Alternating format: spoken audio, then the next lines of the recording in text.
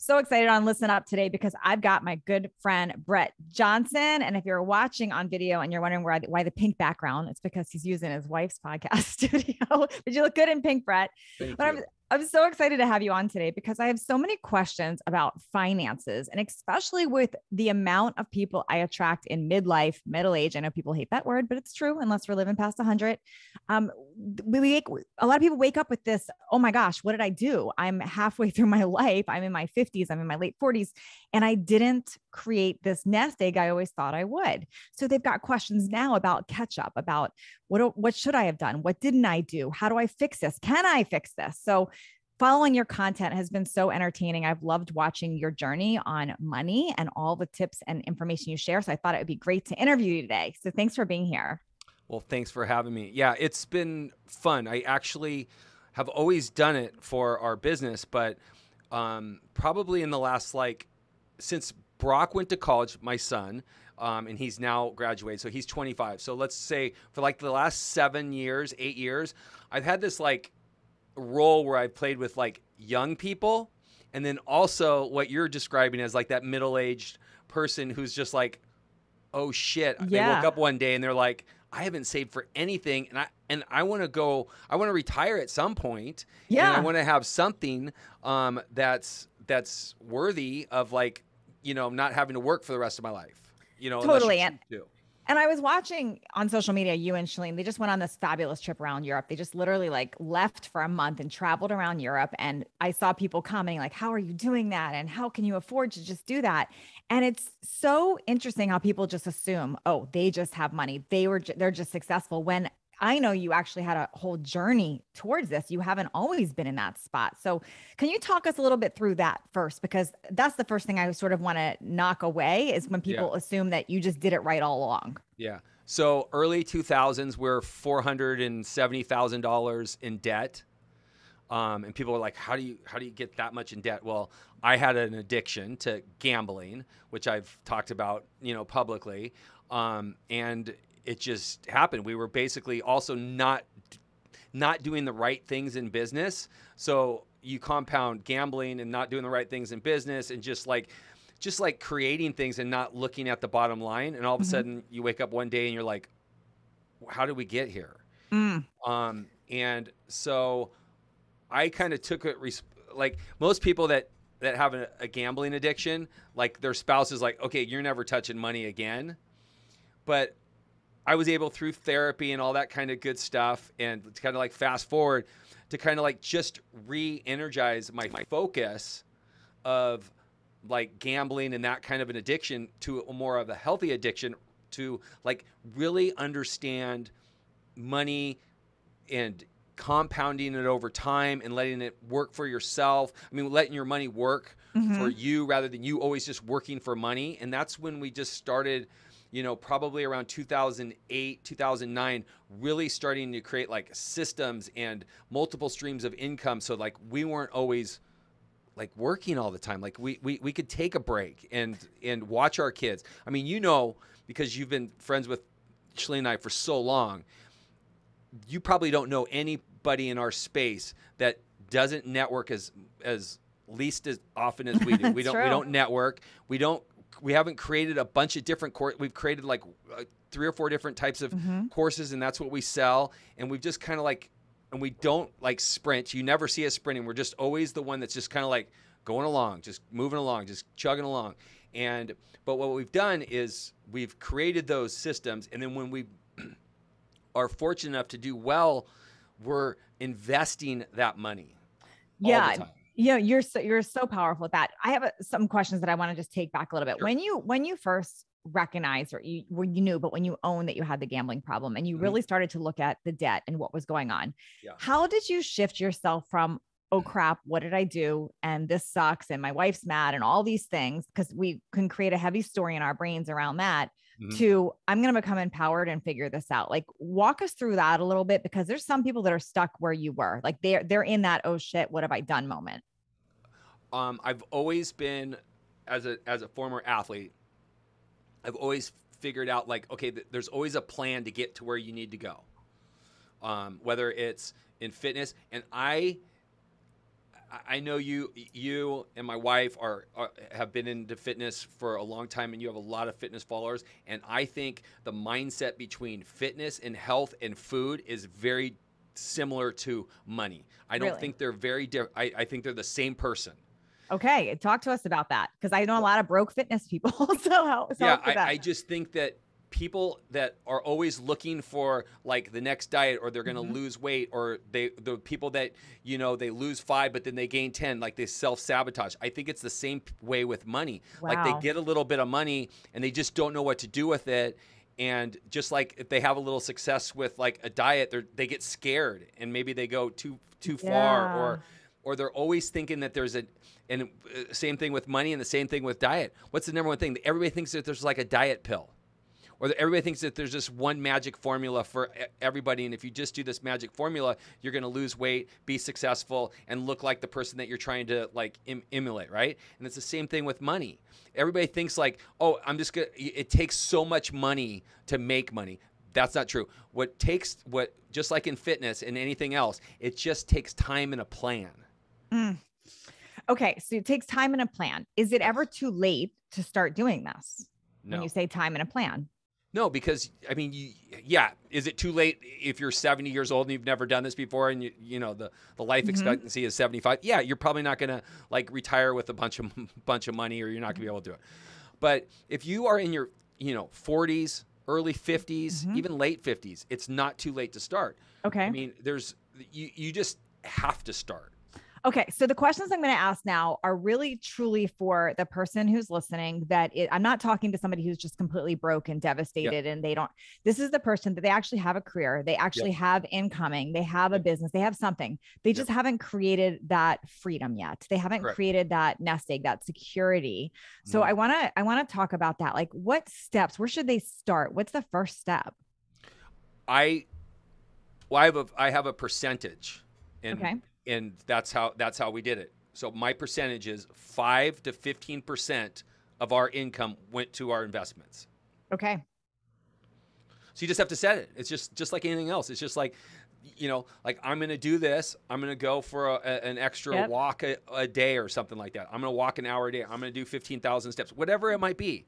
Whatever you're trying to do, whatever your goal you're trying to reach, is you have to just set it, and then you have to do it. So, some years were not as profitable as others. So maybe those years we only did 5%. Okay. But other years that were more profitable, we did a full 15%, and we never deterred from that. Now, once you start having success and you start seeing your investment portfolio get to the point where you're like, wow, this works. There were many years where like we didn't, us during when we were raising our kids, we didn't go anywhere. We didn't do like, so there was always extra money that we were creating from all these different revenue sources, because our number one goal as parents was to raise our kids and not miss anything. So we had to create revenue streams and multiple streams of income so that we could do that. So we could be making money passively and stuff like that. So there were many of those years where the income was 25, 30% that we invested into our portfolio. So that's my kind of like rock bottom percentage, is like you have to put 5% of what you make. So if you make $100,000, if someone's listening right now and they make 100,000, 200,000, 300,000 a year, right now, just start deciding you're taking this percent and you're putting it towards investments. 5 to 15%. Okay. The next question is, and I know you're not an expert in specifically like where to invest and how to, like if it's Bitcoin or if it's mutual funds or whatever it is. But I'm an expert, but I'm not going to tell you where to do it. Okay. So without telling us where to do it, where do you advise people even start to enter? Like, how do they know who to trust, or where should they hire a financial planner? Should they learn it themselves? Like what advice would you give there? Okay. So most people are in this position where they're scared to death. Like they don't know, like they have no idea where to start. Okay. So the number one thing I say is to pick like a platform that is like, it doesn't cost you anything to start up. It's an app. Like you can just go on your phone, download E-Trade, download Ameritrade, download, Morgan Stanley, whatever platform it is. A lot of people already have one, right? And my suggestion is this: if you never want to learn about it, like it's just one of those things, like you have probably mostly women listening to this right now, and they're like, la, la, la, la, la, about numbers. Okay, well, then that's fine. But you can still figure out what 5 to 15% of your annual income is. That doesn't take very much time.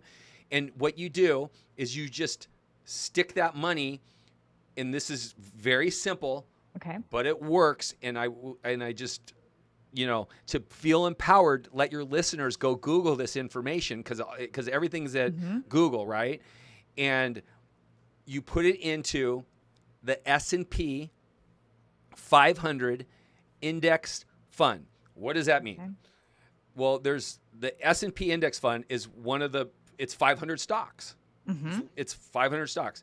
What you're doing by putting your money in there is you're buying a portion of all those things. So if the S&P index fund goes up 1%, your investment goes up 1%. If it goes down 1%, you go down 1%. But the average return over any 10-year period that you want to pull out of the sky is over 10%. Wow. It's like 10.24%. And so why do anything else? So it's pretty safe. That's like a pretty safe thing. Yeah, guess what? This year you'd suck. It sucks this year, but it sucks for everybody. Yeah.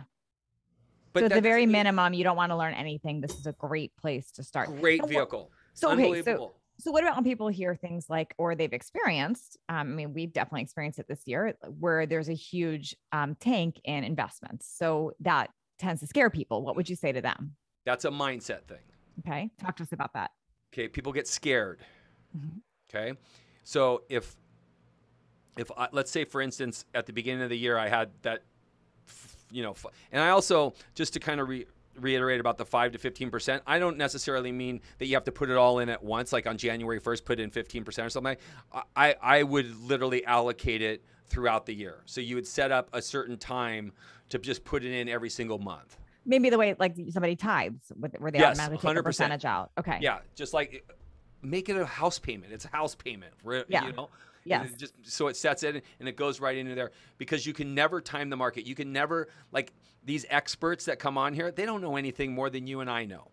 Because if they did, they would have told everybody that the market's going to crash last November, because that's when it started to go, was last November. Yeah, so they're not fortune tellers. They're just nobody's fortune. Nobody can tell. So the best thing that you can do is like, okay, it's a bad year. It's really bad. And it's different because every kind of recession or downturn is different. It looks similar, but they're always for a different reason. Because like this one has a lot to do with COVID. Yes. This has a lot to do with how much money that was just poured into the system that has to get flushed through. Nobody could predict that Russia was going to go to war with Ukraine, which is causing a lot of this problems. There was lots of problems before that, but it also adds to it. Sure. China, so there's all these different variables. You can't predict. So do you just kind of put it like you pay attention, but you ignore it? It doesn't dictate that you're pulling out or anything. No. And here's what I would do. I would add to it. You would add to it. So even if something went down $500,000 or whatever it is, you would add to it during this time. Now, so if you're following my recipe of somebody that's not a active participant in the stock market, I mean, like you're not going to subscribe to blogs, and you're not going to watch television shows, and you're not going to listen to podcasts, and you're not going to follow individual stocks, right? And you just want to do the S&P 500. Yeah. For the first 4 or 5 months this year, it wouldn't be fun. You'd be putting, let's say hypothetically, you make $120,000, and we're going to do this so it's really simple for your audience. $120,000 a year, and you pick 10%. So you're putting $12,000 in, divided by 12. So you're putting $1,000 in every single month, right? So I would keep putting that $1,000 in every single month, and probably the second half of this year will be better than the first half. It'll probably even out. It usually does. Me personally, because I have a different mindset than people, and I've seen how it works over time, I might be going back and going, you know what? I could really do that extra 5% the second half of the year. So maybe you take another 5% of your income and add it to the thing, because the market's down so much. So for instance, like if you take if you take like Apple, for instance, right? Right. Besides your husband, everybody owns an Apple. He has a Mac computer. He just Okay, doesn't. good for He's him. not a So fan of the he's part of phones. he's a mini He's part of kind the of cult. part, yeah. Yeah.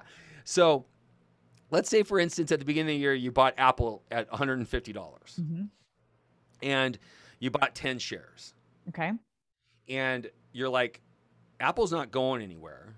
Like, it's still the same company that it was a year ago. They're you still going to upgrade your Apple. They still have you with the devices. They still have you with everything, subscriptions, all that kind of stuff. Right. So now let's say Apple goes to like 130 and you're like, well, I liked it at 150. So let me buy 10 more shares at 130. So now, instead of having 10 shares at 150 and you're like, okay, I've lost $20 off of that. Now you buy 10 more. Now you have 20 shares and your average cost is only $140. Got it. So I like that. It's like a total reframe of how you're looking at it. 100%. That's the way I look at it. It's not that I'm down, because you only lose when what? You sell. Yeah. And I love this. I like that you just explained that, because I think that's super logical how you just explained it, but I don't know that people are connecting the dots that way. Yeah. So when you were, and just not to get too off track on this, but when you were in the debt, you were in, and I know that was years ago, did you still from that space decide you were going to invest 5 to 15%? Or was that like, I'm going to pay this off and tackle it first and then invest? This is a great question. I tackle this in my course. This is one of the things that I talk about in my course. So here's what and this is different than other people. Okay. Just like people follow you for fitness, they might follow somebody else for fitness, and they just jive with that person. Yep. If you want to follow me for financial advice, this is just my advice. Yes. I think that investing is a habit. Okay. Right? So, and I also think getting out of debt takes what?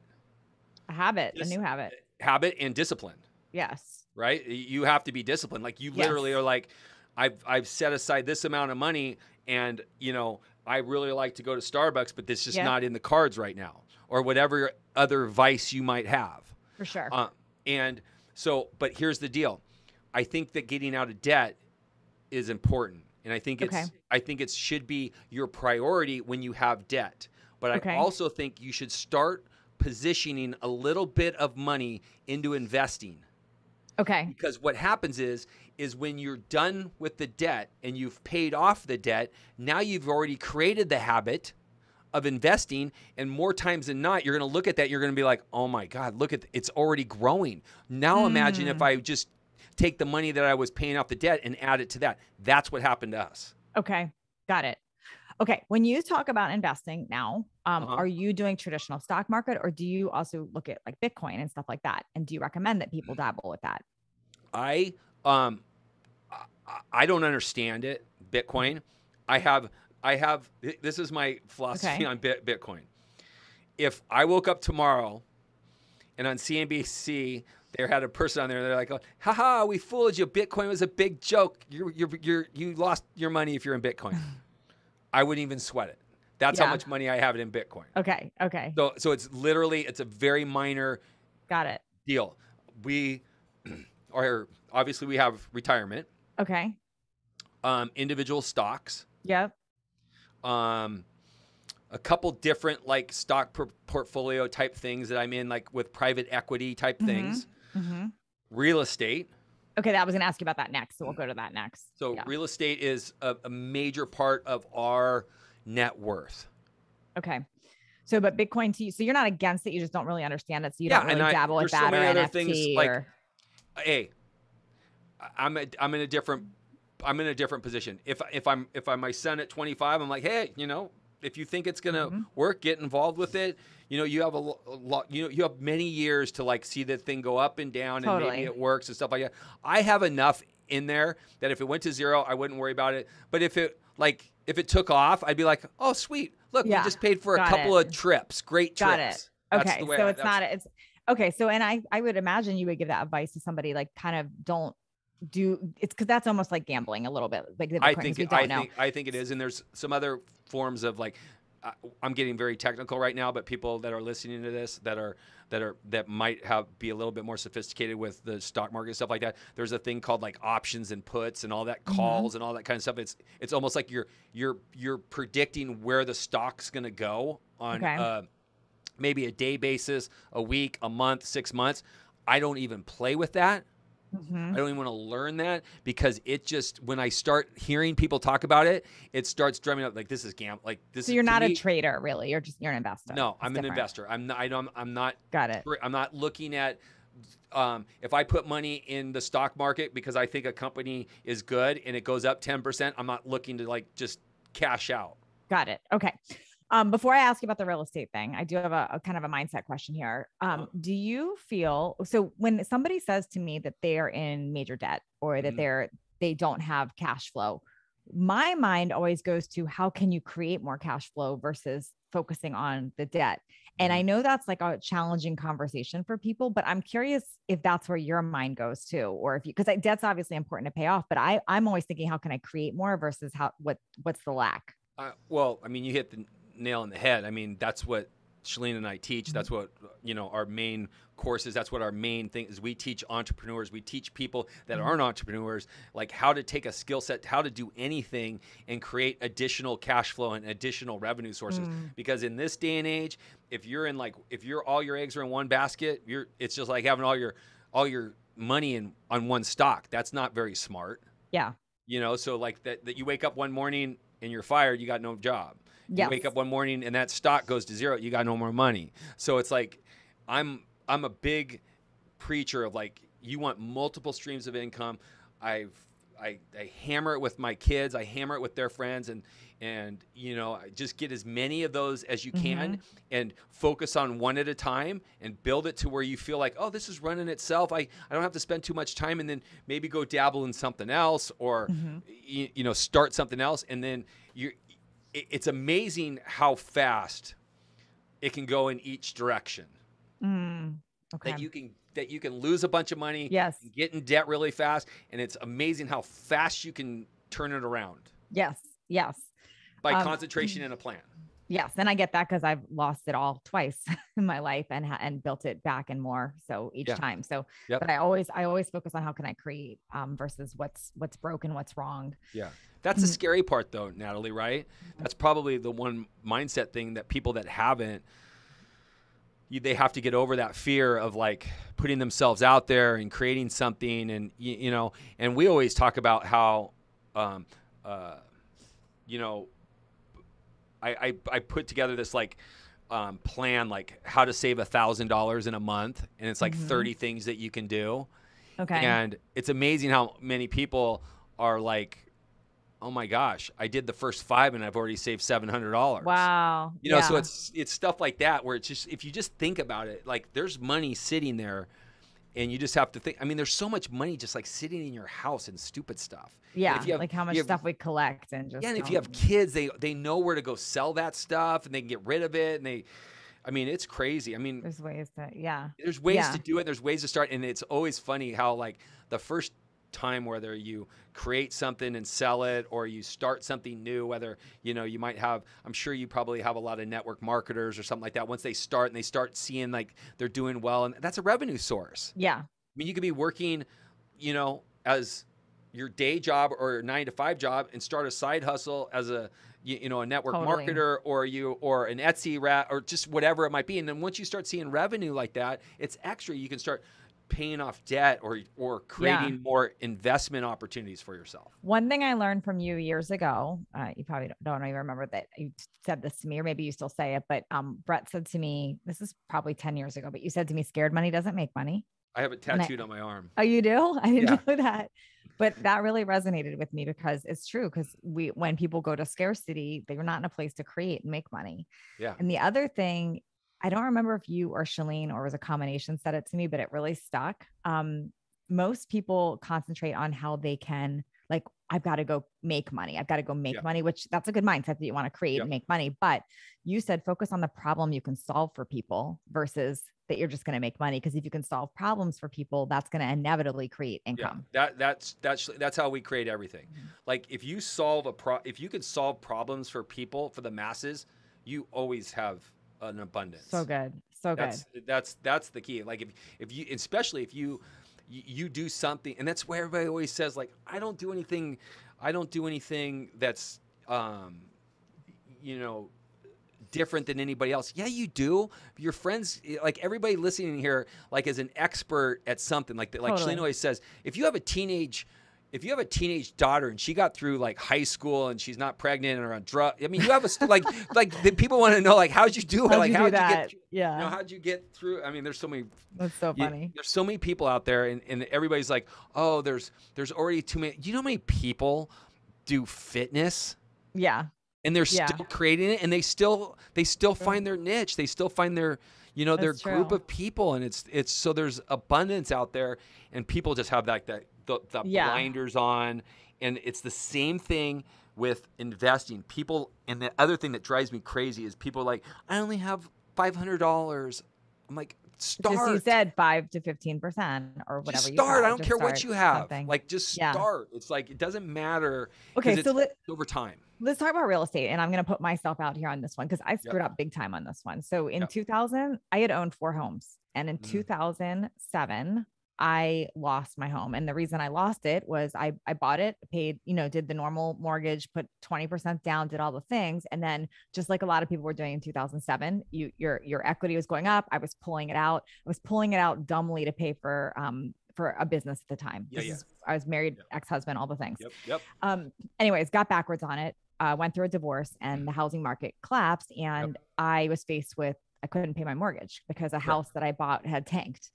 And I was literally pulling out equity to pay. It was like crazy to pay the mortgage now. So got totally backwards, almost foreclosed, ended up short selling. And it scared me from buying a house again, even though I had made money 4 times in a home before. So, for years, and I think a lot of people are actually in the situation. It's not just me. My husband wanted to buy, and I, nope, not doing it.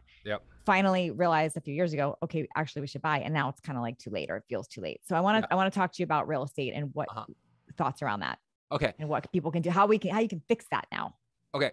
I have an interesting observation on buying and selling. Okay. And renting. Yes. And when is it good to rent? That's the other question too with that. Yeah. So here, I'm not going to tell you the most common thing that people come at me for. And it's always real estate agents. Like they just want to sell a house. They don't care. They get their 5% no matter what, split or whatever. So when real estate agents come after me, I'm like, okay, you're not my target market. But here's my deal. So I think where you buy location in real estate is huge. Okay. I think it can't be understated enough that not every home in the United States is going to make you money as an investment. I don't necessarily believe or take the philosophy that your house that you live in, these are words that you need to, like, when people are listening to this, like, listen to the words that I'm saying. Don't like just prejudge.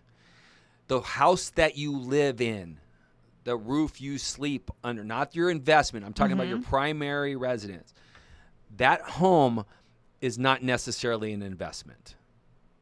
And here's why I say that. Because like you said, and people will come and say, oh, you can get this type of loan if you're in the military and this kind of, but the bottom line is right now, if you don't have 20% down on a house, you shouldn't be buying a house. Yep. I mean, like if you're doing what you just described earlier is what people are going to get into if they start putting down 3% on a house. That's for sure. They're going to get upside down. We have one bad turn in the market, and all of a sudden now we're back to 2007 and 8. For sure. So I don't agree with people that are like, well, you can get a loan for lower than 20%. Well, then you shouldn't be buying a house unless you have 20%. Yes, this is now like 2005, 2006 when people were just 100%. Using it to flip. Here's my 100%. So my other rule is you should have 20% times 2. Okay. So if you are buying a house that's $500,000, because the median house price in the United States, they're clearly not living in California if they're buying one. I know, but when we start talking about our prices, people get really like mad. I'm like, you can't even get into a single family home for correct. But the median house price in the United States is $400,000. Okay, cool. And so let's just go with $500,000. So 10% down is $50,000. So 20% down is $100,000. Right. So if you don't have 200 grand, I don't think you should buy the house. Got it. Because if you do, you're house poor. Yeah. You literally just put $100,000 down. You're living in your house. What are you going to go max out your credit cards to put the furniture in there? Like, you know. Yeah. And you can't enjoy your life because now you're not paying for anything. Okay. So now here's where it gets tricky for me. I don't necessarily, I think if you don't have the discipline and you don't have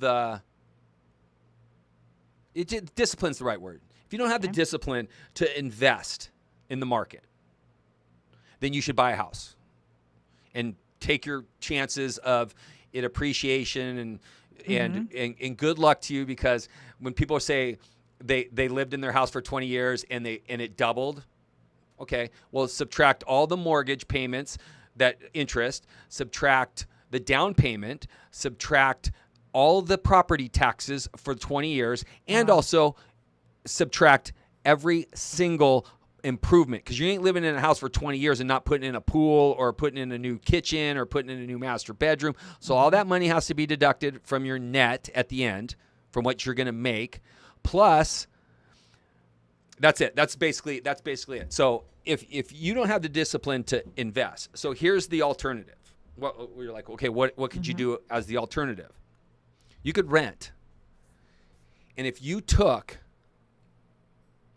the down payment that you were going to buy that house with and stuck it in the market, and every single year you just took the property taxes that house that you're renting costs and put it in the market, and roughly depend on about a $400,000 house, $500,000 house, there's about $1,400 a month that are of like hidden costs that you have as a owner that you won't have as a renter. That's true.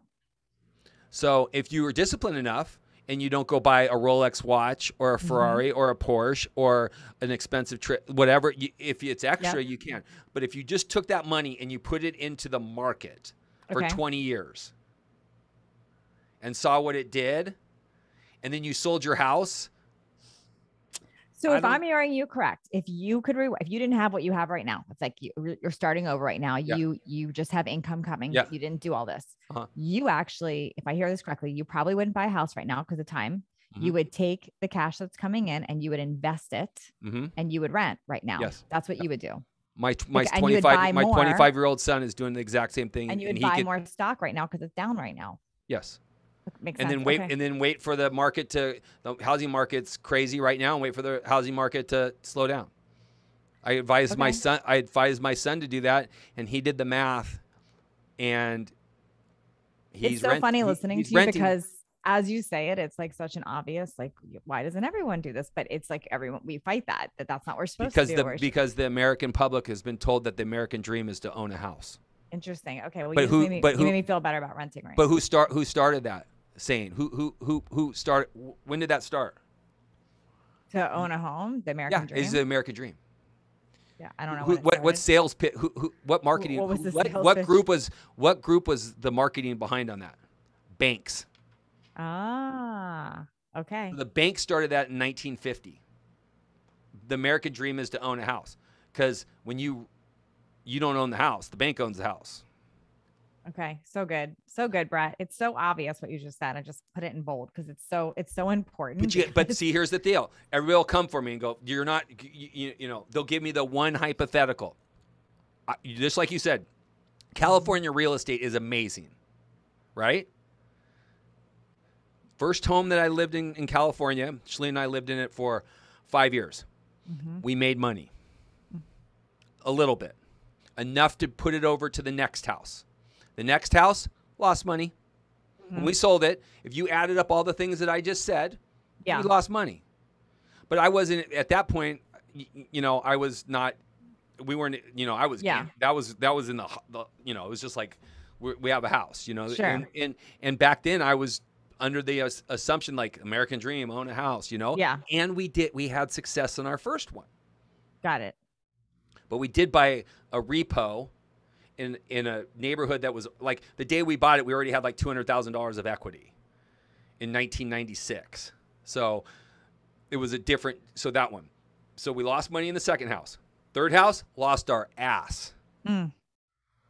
So now you have 3 homes. You put them all together. I've lost money in California real estate.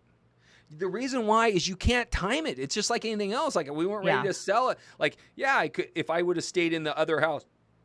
If I would have stayed in the other house for another 3 years, we probably would have made money. Totally. Or we could have gotten more money back. Now, the current house I'm in, we've actually done really well, and we're thinking about selling it. So because it's gone up so much, and so would you do, if you sold right now, would you take that advice and sort of go rent right now? Because for sure. Yeah. So you would just take that, invest the profit, and then 100%. And then I'd wait for the market to come down, and I would go and have 6 homes, and I would be like, I'd wait till it's a buyer's market and have 6 homes and go, here's what I'm offering. So is this always how your brain was wired, do you think? Or did you have to train yourself the housing thing is over the last 2.5, 3 years. Just from you watching and learning. Yeah, seeing how much money that you can make in the market, and the fact that how much money people now. I'm not talking about flipping homes. You can make money flipping homes. You can make money, buying a house and renting it out and getting. I'm not talking about that. So people that are going to come for me I'm not talking about that. I'm talking about the house you live in. Yes. That you or your husband or you or your wife or whatever, you walk in and you're like, I hate my kitchen. Yeah. Okay, $25,000. People don't when they sell it, they don't deduct that $25,000. Yeah. They just go, oh, we made $100,000. No, you didn't. Go total it up. Yeah.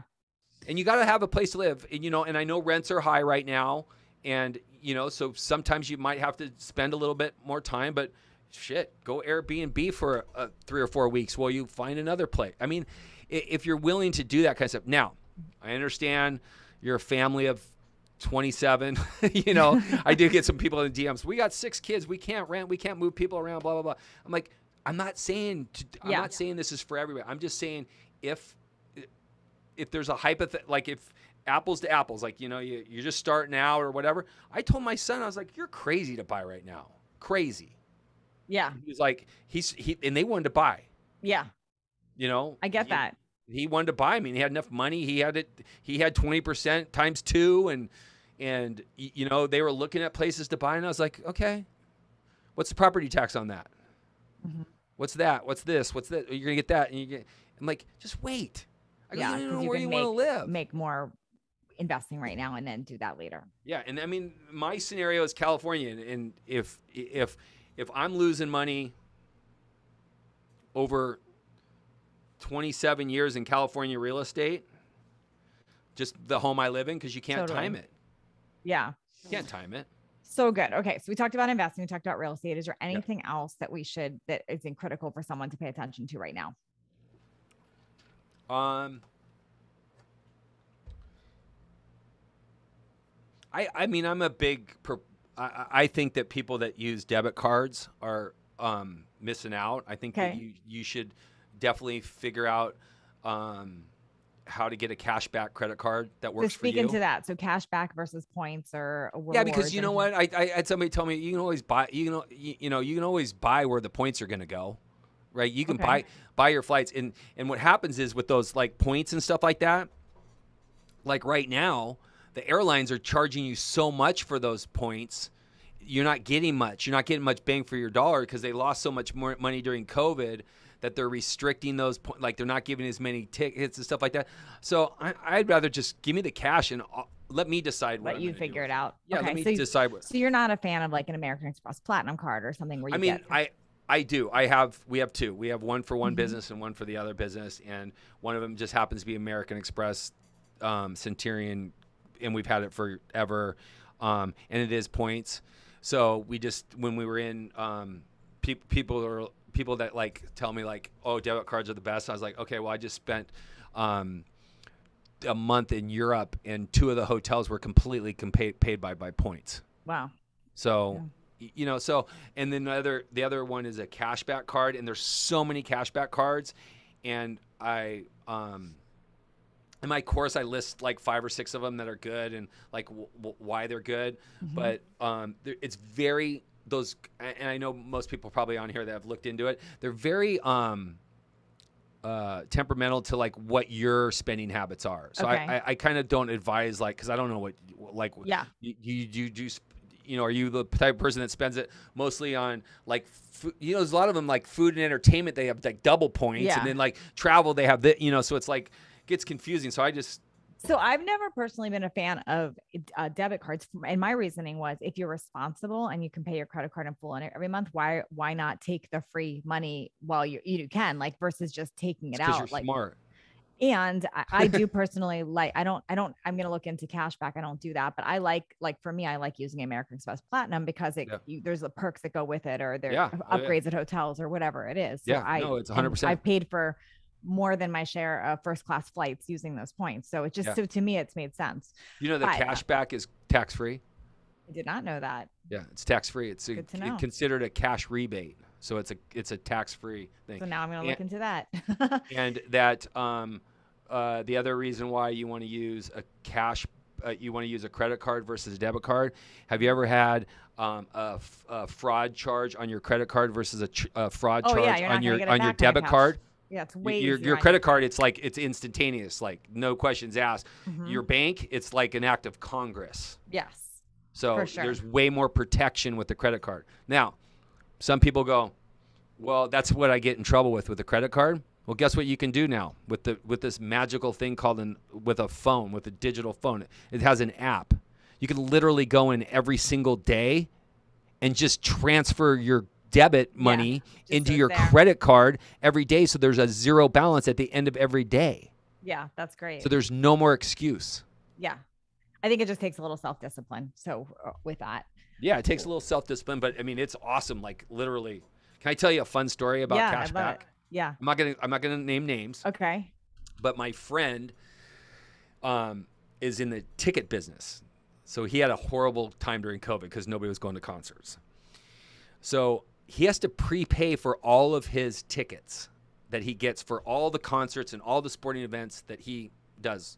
So about 7 years ago, he got approached by a credit card company because they saw how much volume he was doing. And they said, we're having a cashback thing with no limit. And he's got no limit on it. He does millions of dollars in transactions that he has to pay for the tickets, but he's getting the money right back from the tickets. So he literally gets hundreds of thousands of dollars in cash back every single year. Wow. So if you have a business that basically amazing. Is just exchanging it, right? And why wouldn't you get a cash, like if you run in a business and it's like, you know, you have to like pay, why wouldn't you get a cashback card? I mean, you get all that cash back at the end of the time. Yeah, I didn't even know about this. I wasn't even aware of this. So now I'm totally going to look into that. Yeah, I mean, there's some popular financial people out there that are like debit cards. They put it on their back of their card, like use debit cards, and I'm like, that's so outdated, and like you just don't understand. People don't understand. So good. Bret, this was so awesome today. How do people take your course? Because I think, and who's it for? Can you tell, like, who should take your course, who should not take your course, and how do they take it? Okay, so the name of it should say everything. It's Money Matters 101.